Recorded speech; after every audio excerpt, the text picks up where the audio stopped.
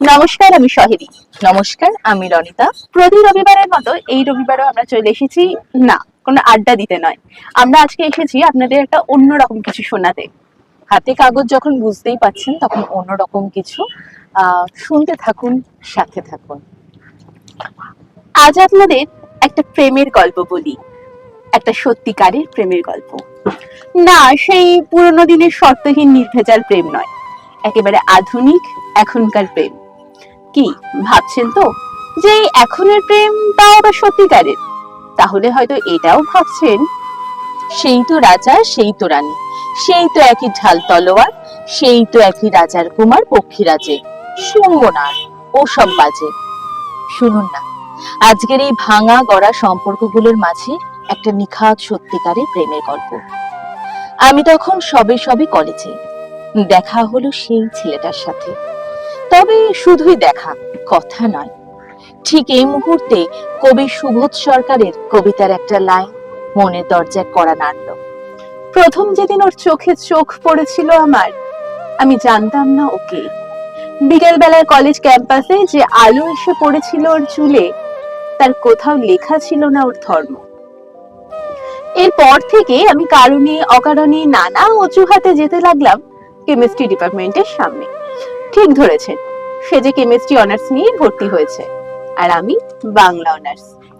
দেখতে দেখতে চলে এলো সরস্বতী পুজো। কলেজে এসে বন্ধুদের চোখ এড়িয়ে খোঁজ করলাম তার, দেখাও পেলাম। একটা আকাশ রঙা পাঞ্জাবিতে কি সুন্দর দেখতে লাগছে তাকে।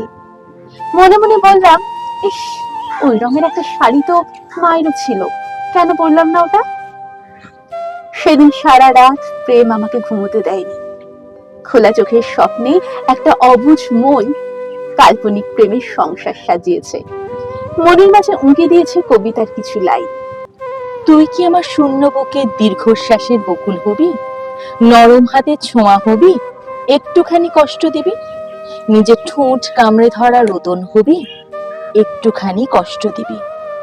প্রতীক্ষার এই দীর্ঘ হলুদ বিকেল বেলায় কথা দিয়েও না রাখা এক কথা হবি, একটুখানি কষ্ট দিবি।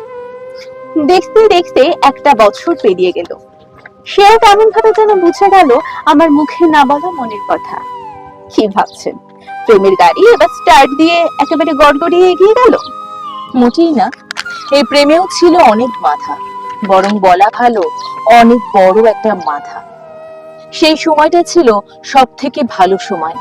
দুজন দুজনের সাথে সময় কাটানো, মন খুলে কথা বলা, পড়ন্ত বিকেলে অস্ত যাওয়া সূর্যকে দেখে দুজন দুজনের হাতে হাত রেখে বলা, পরের জন্মে বয়স যখন 16 সঠিক, তখন আমরা প্রেমে পড়বো।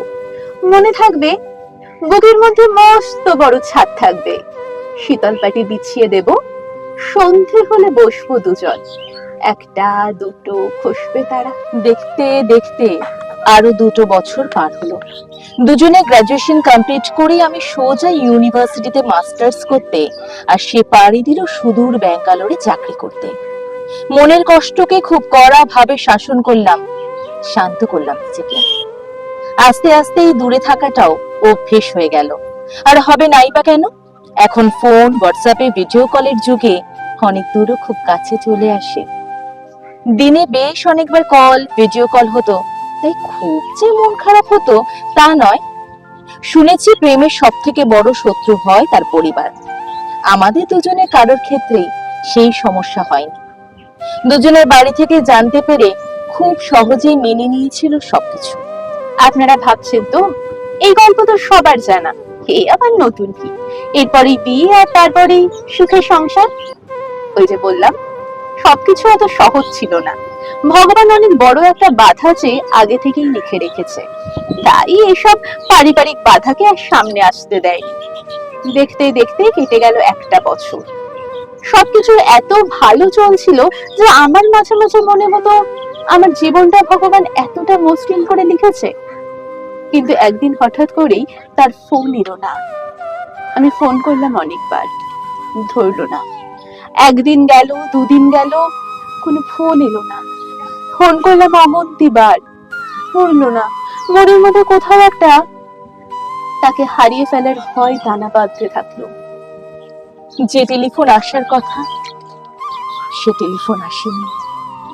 প্রতীক্ষাতে প্রতীক্ষাতে সূর্য ডোবে রক্তপাতে, সব নিভিয়ে একলা আকাশ, নিজের শূন্য বিছানাতে একান্তে যার হাসির কথা হাসিনি, যে টেলিফোন আসার কথা আসেনি। বেশ কয়েকটি নির্ঘুম রাত কাটানোর পর একগুচ্ছ দুশ্চিন্তা নিয়ে ছুটলাম তাদের বাড়ি। আমার জীবনের সব থেকে বড় খারাপ মুহূর্ত আমার জন্য অপেক্ষা করছিল ওর বাড়িতে। ওদের বাড়িতে গিয়ে ওকে দেখলাম সশরীরে বিছানার উপর বসে আছে, কিন্তু ওর পায়ের দিকে তাকাতে চমকে উঠলাম। আমাকে দেখে কিছুটা অবাক আর অপ্রস্তুত হয়ে অনেক চেষ্টা করলো চাদর দিয়ে নিজের পা দুটোকে ঢাকার, ব্যর্থ হলো। ওর ডান পাটা আর নেই। আমি দরজার কাছেই হতভম্বের মতন দাঁড়িয়ে থাকলাম কিছুক্ষণ, তারপর দৌড়ে গিয়ে ওকে জড়িয়ে ধরে কেঁদে ফেললাম। কিছুটা ধাতস্থ হয়ে সবটুকু শুনলাম ওর মুখে। ব্যাঙ্গালোরে একটা বাইক অ্যাক্সিডেন্টে ওর ডান পাটা কাটা পড়ে, আর সেই জন্যই ওকে হাসপাতালে থাকতে হয় 15 দিন। তাই আমার সাথে যোগাযোগ করতে পারেন। আর যখন ও জানতে পারে যে সারা জীবনের মতো তার শরীরের একটা অংশ সে হারিয়ে ফেলেছে, তখন আর সে চায়নি আমার জীবনের সাথে নিজের জীবনটাকে জড়াতে। আমি কিছুক্ষণ ওর মুখের দিকে তাকিয়ে ওকে একটাই প্রশ্ন করলাম, আর যদি আমার জায়গায় তুমি থাকতে আর তোমার জায়গায় আমি, তাহলে তুমি কি করতে? সে আমার হাতটা খুব শক্ত করে চেপে ধরলো। আমি তাকে জড়িয়ে ধরে বলে উঠলাম, আমি একটা তুই চাই, একটা সত্যিকারের তুই চাই। আমি ঠিক এই রকম একটা তুই চাই। সেদিন ওর সাথে বেশ কিছুটা সময় কাটিয়ে বাড়ি ফিরে আসি। আমার মা বাবা সবকিছু শুনে আর 5টা মা বাবার মতোই কখনো চায়নি আমি একটা অনিশ্চিত অন্ধকার ভবিষ্যতের দিকে এগিয়ে যাই। কিন্তু হার মানে আমার জেদের কাছে। সে আস্তে আস্তে সুস্থ হয়ে ওঠে, আর আমিও একটা প্রাইভেট স্কুলে চাকরি পাই। এর ঠিক 2 বছরের মাথায় আমাদের জীবনে আবার নেমে আসে আর একটা ঘোর অন্ধকার। অনেকদিন ধরেই আমার মাঝে মাঝে পেটে ব্যথা করতো, কিন্তু তেমন ভাবে পাত্তা দিইনি। কিন্তু সেদিন হঠাৎ করে অসহ্য পেটে ব্যথা শুরু হয়। মা বাবা আমাকে হাসপাতালে নিয়ে যায়, তারপর আমার আর কিছু মনে নেই। জ্ঞান ফিরলে সামনে মা বাবা আর তাকে দেখতে পাই, একেবারে থমথমে মুখে দাঁড়িয়ে। জানতে পারি আমার ইউটেরাসে অনেকদিন ধরে বাসা বেঁধেছিল একটা টিউমার, যা বড় হতে হতে বাস্ট করে। আমাকে প্রাণে বাঁচাতে ইউটেরাস কেটে বাদ দিতে হয়। আমি আর কোনোদিন মা হতে পারবো না। আমি কান্নায় ভেঙে পড়লাম। সে আমার কাছে এসে আমার হাতটা আগের মতোই খুব শক্ত করে চেপে ধরলো।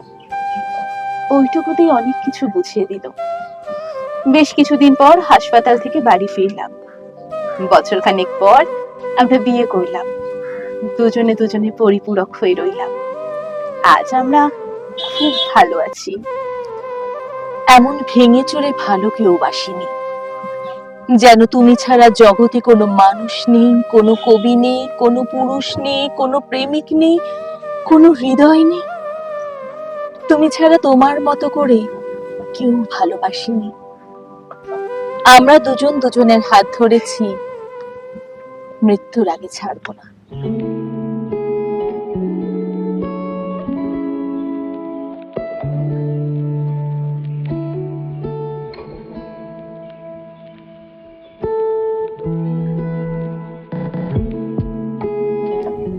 তাহলে কেমন লাগলো গল্পটা? না, এটা কোনো গল্প নয়। চরিত্রগুলো কাল্পনিক হলেও গল্পটা সত্য। তারা আজও এই পৃথিবীর এক কোণায় খুব সুখে শান্তিতে একে অপরের সাথে সংসার করছে। ভালোবাসা মানে দুজনের পাগলামি, পরস্পরকে হৃদয়ের কাছে টানা। ভালোবাসা মানে জীবনের ঝুঁকি নেওয়া, বিরহ বালুতে খালি পায়ে হাঁটাহাঁটি। ভালোবাসা মানে শেষ হয়ে যাওয়া কথার পরেও মুখোমুখি বসে থাকা। মন একে একে দুই, একাকার আমি তুই, আর না চোখ ফিরে একটু হাস, নেই মনে কি কিছুই তোর ঠোঁটে ডানা ছুঁই মিলবে সব জীবনের ক্যালকুলাস।